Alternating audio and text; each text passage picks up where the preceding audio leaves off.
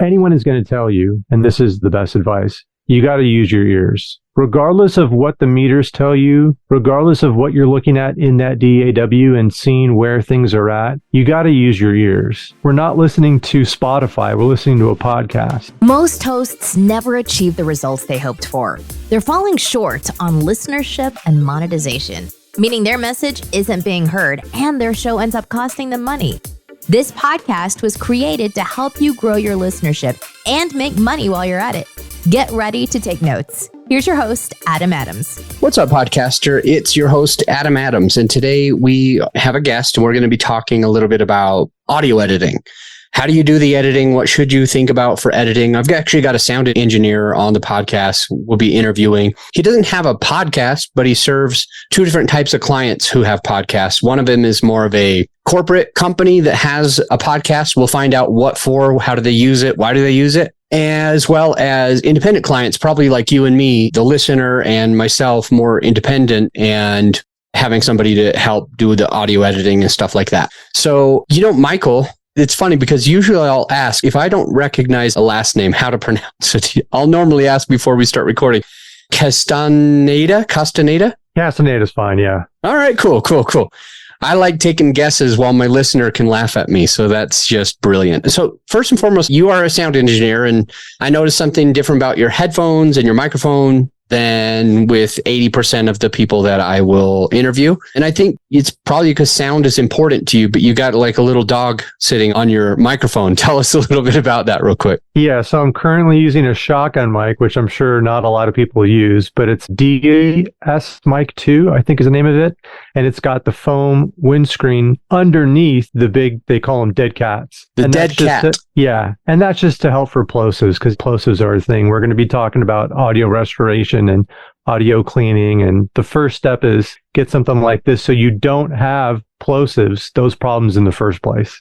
So we have a few clients that we work with and people that want to work with us, and they've got a show and they've got all this stuff. And basically what happens is they get like a condenser mic, super sensitive. They're not right next to the mic, so they're pretty far away. And so you hear all the echo of the room. You hear the dogs barking, the cats meowing, I'm sure, the mailman and doorbells and just breaths and echoes. And this is what happens to people when they come to me and say stuff like this. They're like, all right, here's the recording. We didn't use any professional mics or anything. Do what you can on that. And it's like, well, it's not going to be super easy on us. I'm not an audio engineer. So maybe this is why. Maybe it's because I'm just dumb. But I'm like, garbage in, garbage out. But you're an audio engineer and you're using a dead cat and also just anything to get rid of plosives. So it sounds like you might believe in garbage in, garbage out. So where does the line go on what can we edit and fix versus what should we try to handle prior to or while we're recording? So the first thing that I would recommend anyone do is you got to learn basics first, and you have to not make the problems that later on you're going to try and fix, or if you can't fix it, you kind of just shrug your shoulders and say, well, that was recorded and we have to leave it in. Just learn the basics, a quiet room, right? Don't do it in your kitchen where there's a lot of reverb, where there's machines humming in the background. Get a good mic. Mic technique is important, all that kind of stuff. But what do you mean by mic technique? So where to place the mic and where to place yourself in relation to that mic. So like walk us through it. Well, so like right now I'm staring at you and you have the mic pretty close to your mouth, somewhere around 6 inches or so, but it's off to the side, maybe like 45 degrees. You don't want to have it directly in front of you, exactly like that. You don't want the mic directly, because if you do, the mic is going to get plosives. So it's that gust of wind coming from your mouth when you say P's or B's or TH's. It's going to hit the mic and it's going to be a really harsh, ugly sound. And if you have someone throughout an hour-long conversation that is constantly doing that, the listener is probably going to turn your podcast off. Or whoever is working on it in post is going to have to spend so much time hand cleaning all of those plosives. So the thing that I wanted to talk about today is audio cleaning or audio restoration. So your basic show When you work post-production, you're going to adjust the levels of the individual tracks so that they kind of match. You don't want to have one speaker really, really low and the other speaker really loud. You're going to do maybe some compression, some EQ, and these are all just your standard tools that you have available to you in your DAW. Well, what's a DAW and an EQ and that other thing that we don't recognize? Right. So a DAW is a program, a digital program. It stands for Digital Audio Workstation. And that's the environment that you import all of your audio files into to process and manipulate, and then you'll export that as the actual show. Compression and EQ, all that stuff, those are just the everyday tools that anyone that is doing post-production on a show uses. But there's an entire set of tools, though, that I think not a lot of people are aware of. And those tools are going to help you with the plosives, with the dogs barking in the background, with the door being open and closed. So there's the industry standard program called RX. And what happens is RX allows you to really clean all of that background noise. So in your typical DAW, you don't have any of those tools because DAWs are set up for music, mixing music. So putting reverb on things, putting delays on things, they don't address the noise. And for podcasters, that's kind of one of the most important things because most people aren't going to have good mic technique. Most people aren't going to record in really quiet environments. So like you said earlier, we're given those files and they're noisy and it's really hard to listen to. So it's like, what do I do with this? My DAW isn't equipped to handle that. So what do? So you have to find other programs to help do that. The industry standard, again, is RX. So the way I found out about it was I was at an audio conference and the speaker, this guy, Larry Crane, who's the editor of Tape Op magazine, he talked about one thing in particular. So RX is set up with different modules. You have different modules.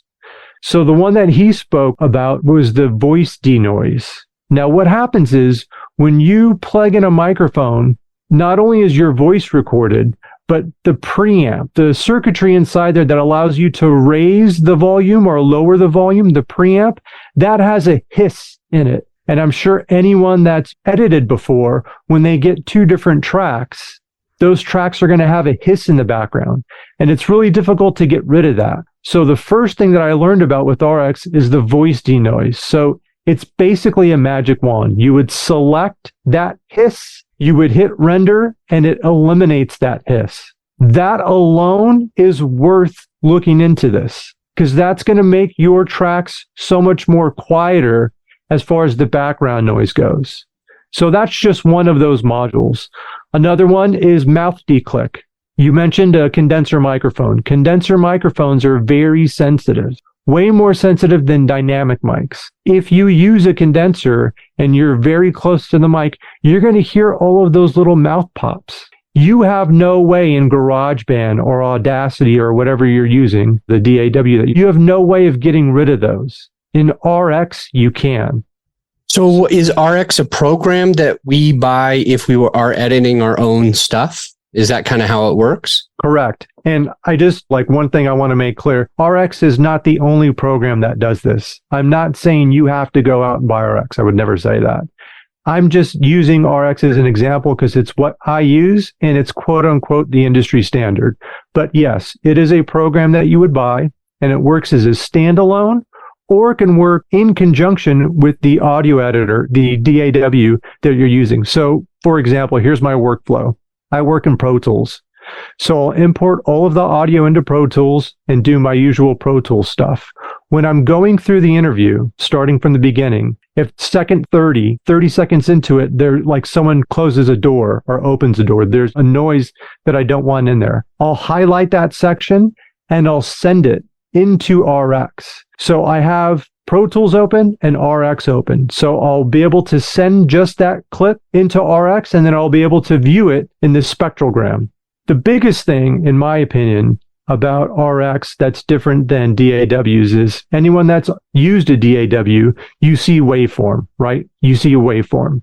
So it gives you two things and two things only. Waveform is the visual representation of the sound for people that haven't used it before.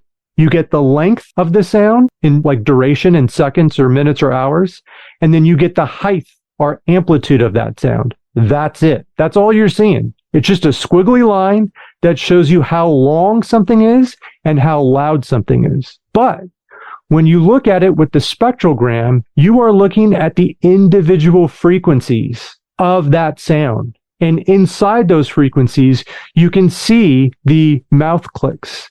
You can see the door being closed or opened or the cat purring. You visually have a representation of all that. So it's easy to go in and just highlight those sounds, eliminate them. And then I send it back into Pro Tools when it's rendered and it's gone.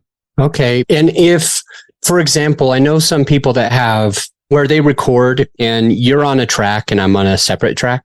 There's also probably a lot more people that you and I are being recorded now, even though we're in different places on different mics. It just becomes one track. It's just the only track. And then others who separate it on purpose. And I use generally, what am I using now? Zoom. So normally I'll use Zoom to record. And a lot of people, especially audio engineers like you, they make fun of me. They tell me, that compresses the sound way too much. It makes such small files. The video file's even small. It's harder to edit. It's harder to do this. That might be true. And we could probably get into that if you'd like to. But while I'm getting there, I'm thinking through, like, if I do the two different tracks and you have a hiss that just, it comes through your amplitude, comes through your equipment. Right. And then I've got a different hiss because I have different equipment. I'm using a different type of mic. I'm using the Rodecaster or whatever. Would you take both of those and put them into RX before ever doing anything on, I use Vegas Pro. My company, we serve a whole bunch of podcasters. We do all the editing and we use something called Vegas Pro. Now, would I want to use RX to get rid of your frequency of hiss and separately my frequency of hiss and then take them back to Vegas Pro and start doing all this stuff? Correct. So that is a really cool thing about RX. It's a standalone program, or you can use it in conjunction with whatever else you're using. So in this example specifically, if you're doing multi-track recording where you're your own dedicated track and I'm my own dedicated track, I could first dump each file track into RX, address the hiss, address whatever, render that, save that, then put your track in there and do the same. And then those two tracks that I've already worked on and quote unquote cleaned, I could just then import those into Vegas Pro, and then just do a normal edit with all of that noise taken out. Now, if you record both of them on one track, it's harder to do like mic bumps or door opening or cats because you have less control over some things, but it would be the same thing. You would just dump that one track with both voices on there and then process it and clean it and then just dump it into Vegas Pro and then just edit like normal. So yeah, okay. It is a standalone, or you can use it in conjunction with whatever DAW. One thing I should mention too is if you use Adobe Audition, Audition is the DAW for Adobe's Cloud Suite or whatever it's called. They license their noise removal software from iZotope and it's already built in. So your listeners that use Adobe are already using this software and they may not know that it's RX. Okay, cool. You started to talk about your workflow and I didn't get very good notes on it. So I want to do better and I want you to repeat and I want to get those notes and make sure that the listeners understanding a workflow if they're editing their own. So you started by saying that you use Pro Tools. That's your DAW. And you said, this is part of my workflow. And then I take any parts that need to be fixed or cleaned up. I move them over to RX, which is an industry standard to correcting some of these issues. And you'll just take care of that. And then you move it back over to Pro Tools. What parts did I miss on your workflow? That's it. Okay. You nailed it. Yeah. When you are doing editing, I know you are more specifically an audio engineer. Are you writing people's show notes and other things like that? Are you listening for content? I've set up my job with my clients so that I only do audio. Okay. So any job I've ever had, I'm only either recording and editing or just editing and mixing. I don't do anything else. Okay. What's the best host to use or any of that stuff or how to monetize? I mean, I've heard a lot of people. I've listened to your show several times. Like I've heard people on there talking about it, so I have opinions about those things, but I would never, ever sell myself as someone that does that. I'm very pigeonholed or niched into only doing audio. So I've got a listener or two that are thinking to themselves, I edit my own, and sometimes I have horns going off, alarms going off, dogs, cats, doors. Somebody hits their mic and it starts shaking and rattling. But I, speaking for the listener's behalf, I don't know how to edit that. I might not need somebody to edit every single thing, but on every now and again, I've got an episode where there's a problem and I just don't have the experience to figure it out. Could they just reach out to you and just send you one thing and say, hey, at the 20-minute mark, my dog starts barking. Can you help me get rid of this? Do you do that? Yeah. So the thing that I do have to say about all of this is it's not guaranteed that those sounds are going to be completely eliminated, right? Yeah. I mean, there are times where cell phones go off and I can easily take the cell phone out and you would never know because cell phones are very frequency specific. So if I have a cell phone ring and I look at it in the spectral view, it's only, let's just nobody's say voice is that high. Well, it's got less to do with where the frequency's at. Okay. And more to do with how many frequencies are involved. So good like example is our voice covers a wide range of frequencies. When I dump it into RX and I look at the spectral view, picture a piano. When you're playing a piano and you have chords, if I'm going to play a C major chord, that's at minimum 3 or 4 notes. Our voice is like that. Our voice isn't just one frequency. It's multiple frequencies. It's broadband. So is a dog barking. So it's harder to remove broadband noise than just a single frequency. Okay. So I can usually attenuate it, means make it quieter. Sometimes I can remove it. But if I'm speaking and while I'm speaking, the dog is barking on top of like we're doing it together, that's difficult. If the dog is barking in between a word, then yeah, I can easily eliminate that and you would never know that that dog was there. So it's all case dependent, really. How do you charge? I know you're about to go to another point, but how do you charge? In what way? Maybe you don't have to say the exact prices because prices always change. Inflation happens. I don't know about you, but I have to stay flexible. So it really, really depends. And I know that's the worst answer possible. Sometimes it's by the hour and sometimes it's project based. Okay. More than likely, if someone is sending me something too clean, I'm probably going to charge by the hour. Okay. It really varies. There is an organization called AIR, AIR, and it's the Association of Independents in Radio. And they're like the go-to group for a lot of things in radio and podcasting. One of the things is rates. Now, look, I believe in free markets, so you can charge whatever you want. Doesn't mean you're going to get paid that, but you can charge whatever you want. You can say, this is my rate. Well, what they did was they got a bunch of people together and they said, hey, what's your rate for this? What's your rate for that? And then they have their guide to rate. So if you're really interested in finding what the market rate is for specific jobs in radio and podcasting, go check out AIR and you can see what their rates are. Okay, cool. Now I cut you off because I wanted to understand, how do you charge in case the listener was like, whoa, I just need him for like an hour or two. Like one of my things just needs a little bit of cleanup here and there. So how do they know who to call? So where were you going though? Where were you going when I cut you off? I felt so bad when I did that. One thing I do want to mention, because you have this wide range of tools now, that's going to add a lot of time to editing and mixing episodes, because now you're really going in there and you're really addressing each and every problem. So just be aware that it's great that you're going to be able to clean audio and produce a better show, but the kind of drawback is you're going to add a lot more time that it takes you to edit and mix shows. So you have to be aware of that. And your rate is going to reflect that. Because look, I can do more. I can provide more value than just someone that is just matching levels and using compression. So your rate's going to reflect that too. So another good thing is, hey, for the people out there that do mix and edit for a living, and maybe their rates have kind of plateaued, and they're looking for something where they can make more money, this is something to look into. I mean, I hope everyone at least just looks into this. I'm not advocating that everyone go out and do this because some shows don't require it, right? I mean, there are some shows that you're going to listen to when you're commuting and you don't care about the quality. You just want to hear some guy that you follow on Twitter talk about whatever topic, and it's like, I don't care.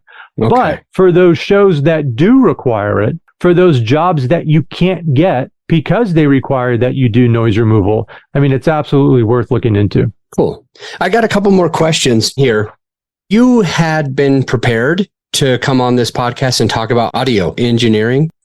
And so I definitely want you to be able to finish that and talk about the points that you had. I've got two curious questions. And the first is, now this happens all the time, but it happened today, this morning, a couple hours before recording this. I was listening to somebody's podcast and their music got in the way of their voice. So what it was in the beginning of the episode, and I could hardly even tell. I mean, I had to really think about it and try to imagine that the music wasn't there to be able to know what he was saying, because he had the music level probably close to the same volume as his voice level. And so they were about equal. Made it very challenging for me to understand. And when my company, when we edit somebody else's podcast, we really pull the music way, way down. So it's not in the way, but you still know that the music's there. So our theory has been make it so that you get the look and feel or the feeling of what the music's trying to provide. You know that it's there, but it's not distracting. It's not loud.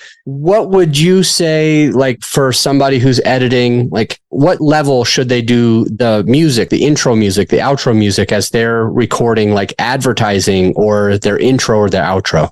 I mean, that's kind of a complicated question. I mean, look, anyone is going to tell you, and this is the best advice, you got to use your ears. Regardless of what the meters tell you, regardless of what you're looking at in that DAW and seeing where things are at, you got to use your ears. So maybe the person that mixed it was inexperienced, they were just starting off.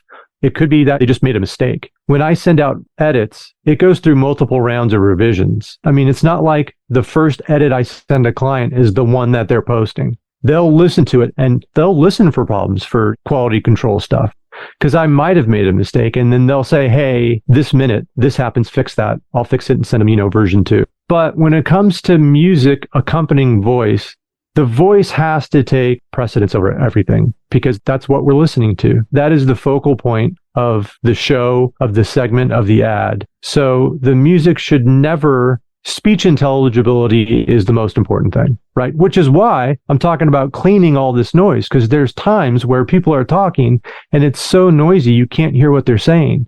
So companies have gone through great lengths to develop software to remove that noise so we can understand what people are saying. It's the same thing with that music. The music's an accompaniment, right? We're not listening to Spotify. We're listening to a podcast. If you're listening to Spotify, then the music's the focus. But for a podcast or radio show, the voice is going to be the focus. So you just have to use your ears. And if you want to get technical, I don't know, it's going to be somewhere around 24 dB lower, 12 dB lower, somewhere. I mean, it's going to be significantly lower. Well, I got another question, and it doesn't mean that I will change, because I am set in my ways and I will not change. I cannot change. It is pointless for you to try to sell me on it. But for the listener, maybe they want to hear your opinion on Zoom, because most audio engineers say to stay away from Zoom. And they would even suggest 3 other programs that have a lot better audio quality in the end game. So sell them on it if you feel like you're passionate about, Zoom condenses the audio too much for you to be able to do anything with it.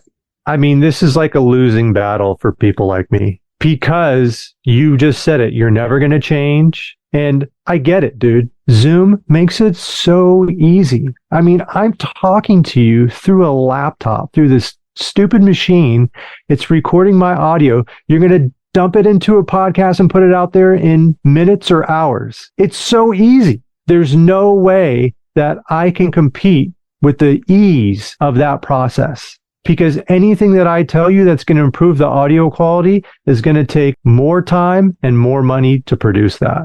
So it is a losing battle. And it's one of those things where if you are going to use Zoom, which I get it, again, learn the basics of audio and like care about how you sound. People care about how they look in photos, right? They go to great lengths to find a good location, to dress well, to groom themselves. I mean, the lighting's good, the camera's good. Like if you're sending a headshot to someone, you're going to go through those lengths to do it. But when it comes to voice, people do not care. They don't care how they sound. It doesn't matter. One of the corporate clients that I have, it's a really big interior design website. And we do interviews weekly with the biggest names in interior design. Interior design is a huge industry. It's massive. The money that goes into these projects. Anyways, CEOs of huge companies use Zoom in their conference room with reverb and terrible audio. They don't care. So it is a losing battle. But if you are going to make that change, I would suggest just learning the basics of audio, just the basics. I'm not saying you have to become a front of house engineer for Metallica. I'm not saying you need to get that good, but learn a little bit about how sound moves in a room. What room is good to record in? What room is not good to record in? What mics are? How to use a mic? Just small things are going to make massive, massive differences, even on Zoom. In short, is there anything left on your agenda with what you wanted to share? Just brief. No. I mean, okay. I felt bad because I was like, I'm derailing this and going on my own stuff. So, I mean, is there anything in brief that you, like any other questions that you have since I'm here? Yeah. Well, let's see. So you do believe in garbage in, garbage out, but you also believe that a lot of this stuff can be fixed with the right tools. Not all of them. Like if a dog's barking while you're talking, going to be kind of hard. But if dog's barking in between you talking, going to be a little bit easier. So let me ask you this. If we are currently recording on one track, whether we have 2 or 3 people on the show, it's one track. Do you suggest that we try to find a way to record on multiple tracks so that we can clean up the audio separately? Or do you think we should stay with one track? Multi-track is always going to be better. It's always going to be better because you're always going to get a better mix. How would we do that? Like, let's just say we don't even know the difference, but all of the sound is literally on one track. What do we do to change that?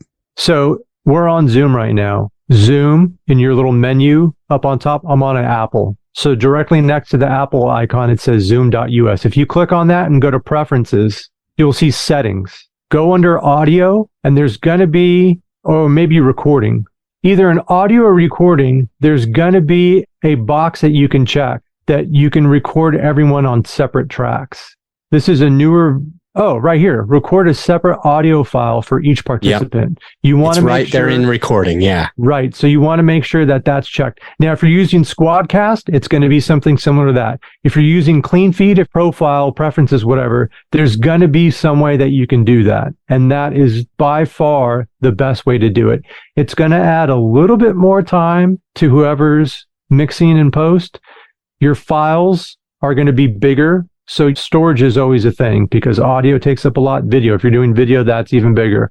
So you are going to add some things, but I mean, it's so much better because you have control. You have more control, and you always want more control whenever you're working in post-production. Michael, I listen to a lot of podcasts, and you did address this. What I'm asking you to do now is address how to fix it, when to fix it, pre-production or post-production. And that is the fact that many people that have podcasts out right now, let's pretend that there's exactly 5 million, which I'm sure we're close, but it's not exactly. And out of those 5 million podcasts, my best guess is 3.5 million of them, let's call it like 60% or 70%, are, what am I trying to say? Have this thing where the guest sounds really, really loud. And so when the guest is going, you turn your volume down. Because it's like, man, okay, I can really hear him. So you turn your volume down. But the host is really, really quiet. And so when it's time for the host to start talking, you're like, man, I can't hear that. I got to turn it up. And then it hurts your ears when the other person comes back on. When do we try to fix this for our podcast? Do we try to fix it like in the beginning of a recording, where do we need to figure out how to check volumes? How loud is Michael? How loud is Adam? All right, we sound about the same. We're ready to go. And or do we just fix it in post And if we fix it in post, what's the magic button that you would suggest that we find? The answer is usually always, if not always, fix it beforehand, right? There's this saying, it's an old saying, we'll fix it in post. We'll fix it in post. That's terrible. That's a terrible way to go about it because there's no guarantee that you're going to be able to fix it in post. And oftentimes, if you don't have a lot of experience in post, you're just going to put out a really weak or bad sound product. So you always want to fix things beforehand. Volume issue, that's like different. If I'm on Zoom, there's really not a lot I can do. If someone is too quiet on Zoom, they have to get closer to the microphone. That's the easiest way to do it. To make something louder, you put the mic closer. The next way is going to be moving a knob or a dial to increase the gain on that. But you're going to want to have them just move closer. If they don't, and you get to post-production and you have to fix that, well, then that just has to be adjusted in post. Again, it goes back to using your ears. If someone's inexperienced and they maybe don't realize that one's louder than the other, well, then they're going to give you a bad mix. What I would say, though, is if you're given a bad mix, send it back to whoever did it and say, hey, changes need to be made. I think there should be at least one round of notes for any mix given. Shows I work on, I do multiple rounds because that's... Wait, what do you mean round of notes? What exactly are you saying? Is this from the audio engineer who's doing all the editing and they're making notes? I equalized the sound. I cleaned up the dog barking. Is that what you mean about notes? Or do you mean notes like I'm recording right now and at the 42-minute mark, Michael coughs and I want to get that cough out. So I'm going to mark 42 minutes. He coughed. Take it out. What do you mean by notes? So when I send in my first full version of a podcast to a client, I'll label it Final V1, Final Version 1. So this is a final. It's got the music, the intro music. It's got the introduction. It's got the interview. It's got ads. It's got the outro music. It's got the host reading an outro saying, hey, you like, subscribe, whatever, right? I'll send that to a client and it's Final V1. Version 1, meaning there's going to be multiple versions possibly. Now, if the client listens to it and everything's great, cool. I don't hear back from them. They post it. I see it in my podcast app because it's uploaded. Good to go. I know I'm done with that.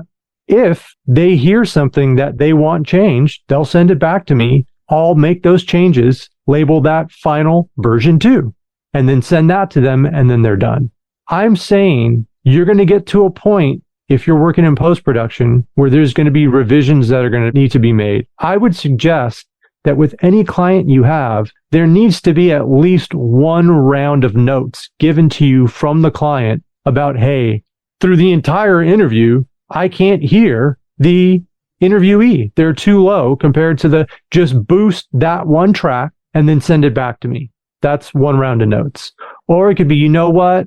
I realize this question I asked is not the question that I should have asked, and it may look bad. I might look bad, so let's just cut that out and then send me that. So you could do that as well. Okay, cool. I want to end understanding dynamic versus condenser microphones because I do know that a condenser is more sensitive and a dynamic is less sensitive. I do know that I have a number of podcast microphones listed on our website. It's growyourshow.com/PDF, and you can download a PDF of all equipment.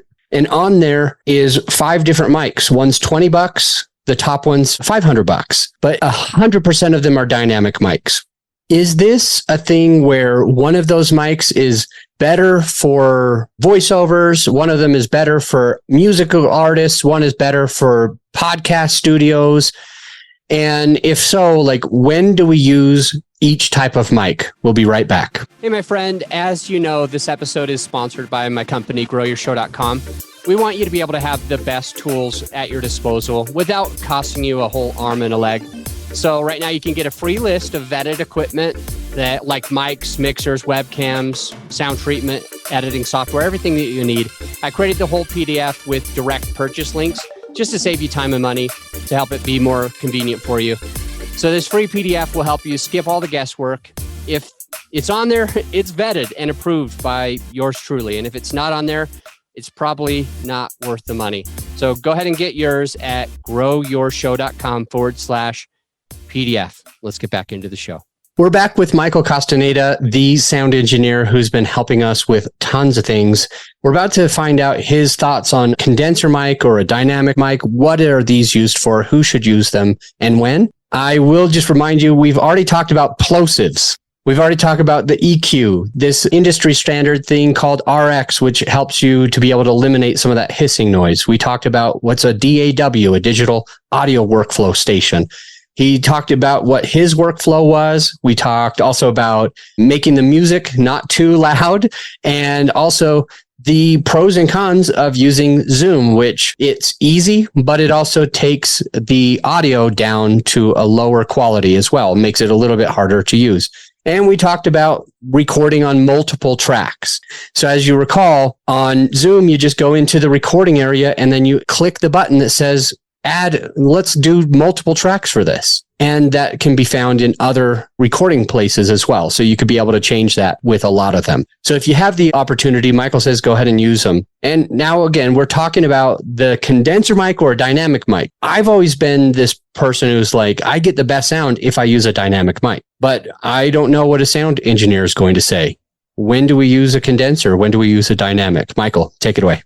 So the terms dynamic and condenser have to do with how the microphone records sound. There are two different components used, or two different ways to record sound. So that's why there's two different terms. So they record very differently, but to say one is better than the other, you really can't think of it that way. They operate on two separate principles. Now, for what we need it for as podcasters, the conventional wisdom tells you that you use a dynamic mic depending on the room that you're in, or you use a condenser microphone depending on the room. If you have an acoustically treated room, or even a acoustically dead room where there's not a lot of reverb, there's not a lot of reflections, then you would use a condenser mic. You can use a condenser mic because the room's treated. If it's not treated, then I wouldn't use a condenser mic, because you're correct. They are very sensitive. They capture more information than a dynamic mic. Then they capture more information than a dynamic mic.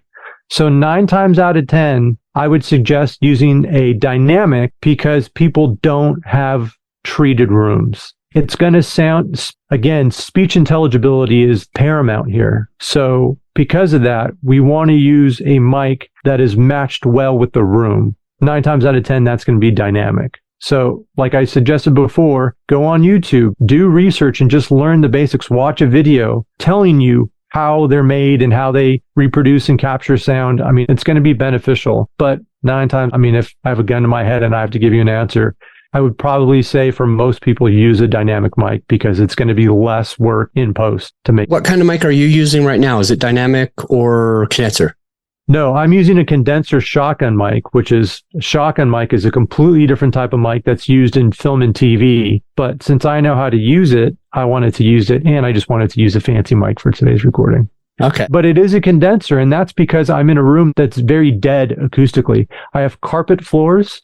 I'm sitting next to a bed that has a lot of bedding on it, material that absorbs sound, and it's a really small room. So there's not a lot of reflections in here, so I can use this. Had I been recording this in my kitchen where there's granite everywhere and it's a big room, I would not use this. I would use a dynamic mic, something like a Shure SM58. Okay, cool. So when does somebody who's listening say, I want to intentionally buy a condenser? And when does the condenser become better than the dynamic? If I was going to do like some kind of narrative podcast, possibly, I mean, look at some people don't mind the really intimate sound that condensers give you because they do capture more information. Some people like to hear the lip smacks and the pops. Like it brings you closer in some ways to the speaker. So if I'm trying to do some like really immersive show where I'm doing some kind of reporting or something, might be appropriate for that. Or there's, like very specific types of recordings like ASMR. I mean, I know there's ASMR podcasts, like some people do that, where you're getting those really delicate sounds. Condensers are going to really give you what you want. And again, it really comes down to the environment. So if you have a treated room, use all the condensers you want. Yeah. I had a treated room and I was using a condenser mic, but it still wasn't working very well. And it was because my office is kind of like in a strip mall where my space was like a shared space, where my main office is my office. The bathroom was shared. The kitchen was shared. On one side of me, there's a massage therapist. She's usually pretty quiet. On the other side of me, there was mental therapist. I can't think of the other way to say that, but psychologist. And she was usually pretty quiet as well. But when people were going to the bathroom, which is right outside of my door, I would hear the doors opening and closing, even though my room had 1.5 inch thick egg carton on every wall in the corners of the ceiling. I had carpet and I had treated the window as well. And it was a pretty dead room, but sounds came in through the hallway. And because of that, I kept getting those into my recording. And so I even opted to switch to the dynamic, and it ended up making my life much, much easier. I was never worried about sounds getting into the mic. Yeah, a condenser is going to pick up all that, especially with the low frequencies. With rooms, low frequencies are going to come in all the time. Those are the hardest to keep out. So recording studios are rooms within rooms, and that's the length that you have to go to keep those unwanted sounds out. No one's going to do that. I'm not suggesting we do that, but that's how much preparation has to go into it. Now you found out that, hey, I have condenser mic. It's picking too much of that information up. I need to change it. You went to dynamic, it worked. And now hopefully your listeners are going to appreciate that. And they're more likely to listen to your show because you're making those changes to make it better for them. Yeah. And I do believe, because I think that it's arguable. Certainly, I do believe that it's arguable that it's beneficial to have really good sound quality. There's a lot of people that say, no, you can just record on your phone. You can just use your AirPods. AirPods are pretty good. My person doesn't mind that I'm out on the street recording, or my person understands if my dog's barking. The dog's part of my show or whatever. So I completely get like that point of view. But I would venture to say that your listener is less likely to get distracted from the real message. At a minimum, they're less likely to get distracted from what you're trying to give to them if you care about the sound quality. Would you agree? Yeah. And I would add to that, they're lazy. I know that's a very unpopular opinion and it might upset some people, but they are correct in that their listener doesn't care, maybe, and that it's not a big thing. But along with that, they're also lazy. Having better quality, anything, no one's ever going to object to that. If I'm watching a movie, I'm not going to object to having a better camera used, right? If I'm listening to music, I'm not going to object to listening to a better microphone or better mic technique. It's something that we tell ourselves to justify us being lazy and saying, screw it. And here's like the cliche. Oh, I'm being authentic, right? Yeah. I'm being real. Okay, maybe, but you're also being lazy. Boom. I think we should end the podcast on that. Love it. Maybe, but you're also being lazy. Michael, thank you to the listener. Michael's information to be able to contact him, we left it in the show notes. So if you do want to connect with him, maybe get his help on fixing something that was problematic in your recording, just scroll down, click the button, and he might either work with you on a project basis or an hourly basis to be able to support you on that. Also, hope that you got a bunch of cool tips by utilizing things like RX to be able to do this on your own, to be able to save a little bit of money and potentially save a little bit of time as well. If you need Michael, just scroll down. His contact information, any of his social media that he wanted to share with you is already down there. And I'll end with this. The next episode is a quite short episode. It is me just pouring into you, a solo episode where you and I just get to have a conversation, and I can't wait to see you there. You know, I really don't say this nearly enough. I don't mention this, and I feel horrible because it's a great resource for you to be able to take your podcast to the next level. And it's simply a free resource that I don't need your email or anything. It's just a podcasting course that I created that is ended up putting in the very first 6 episodes of this podcast. So if you haven't checked it out, definitely going to want to just check out those first 6 episodes, see how they can help you improve your podcast, get in front of more people, and have a better result where you're making more money through the podcast, etc. So much can happen after you listen through episodes 1, 2, 3, 4, 5, and 6. So if you haven't done it, go do it now. And by the way, if you're subscribed, you'll keep hearing more great content. So to those of you who are, I'll see you on the next episode.